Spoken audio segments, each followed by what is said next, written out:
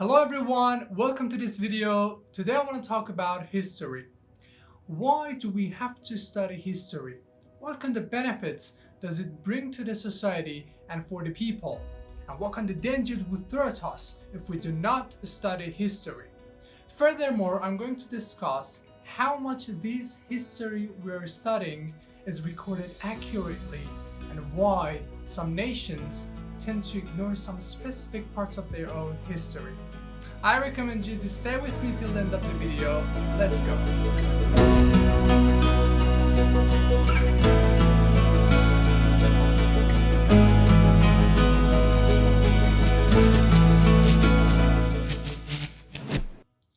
History doesn't stay behind us. What is that supposed to mean? We are living in the present and planning for the future. It's quite impossible to decide where we want to go if we do not know where we have come from. History teaches us about our identity. Nations are made of a collection of legends and stories.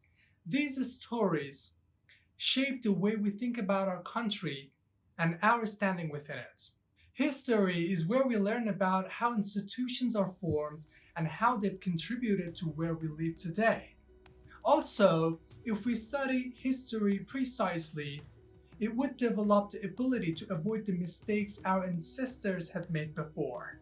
George Santayana once said, "Those who do not study history are doomed to repeat it again." Events in the past has displaced families, groups, changing the makeup of the regions and causing a number of tensions, but also it has created the government systems that you are dealing with today. All the societies and their policies haven't been made and written throughout the night.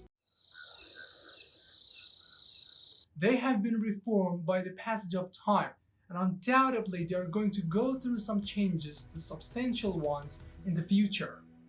One good example that we take into consideration could be the Great Depression of America. It was one of the most difficult and impactful periods in America.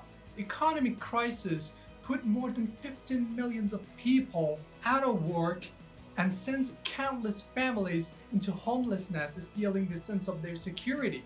So many of them would be insecure for the rest of their lives. So in this situation, the government had to learn how to help.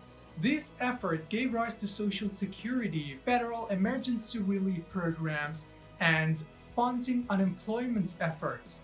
And all these changes continue to make life more secure for millions of people. This is it. This is the power of history.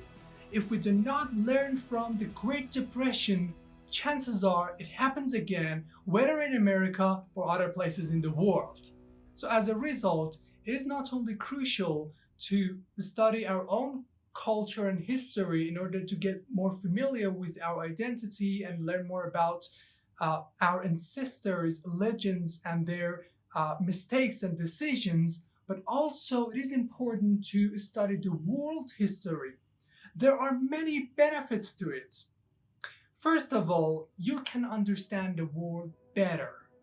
If you study the world history, you learn how the different societies, ideologies, cultures, governments, and technologies were built.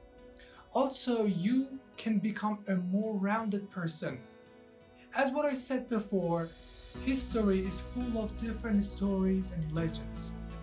These stories are sometimes uplifting and inspiring, and sometimes they are chaotic and immoral. When you study the times of joy and times of suffering in history, you learn some lessons which could be beneficial and applied to your personal life experiences.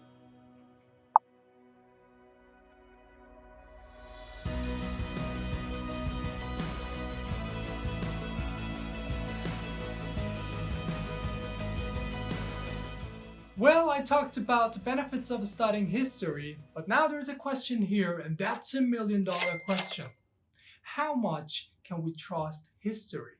Is it recorded accurately? Well, to be intellectually honest, it's quite hard to give a simple yes to this question because it's not. History has been through some deviations, so-called historical negationism, or it's better to say denialism in some cases. We are still in doubt that what was going on in some disasters such as the Holocaust or atomic bombings of Hiroshima and disasters like this, and there are still arguments based on them. But why? Why does this happen? Why cannot access the true history?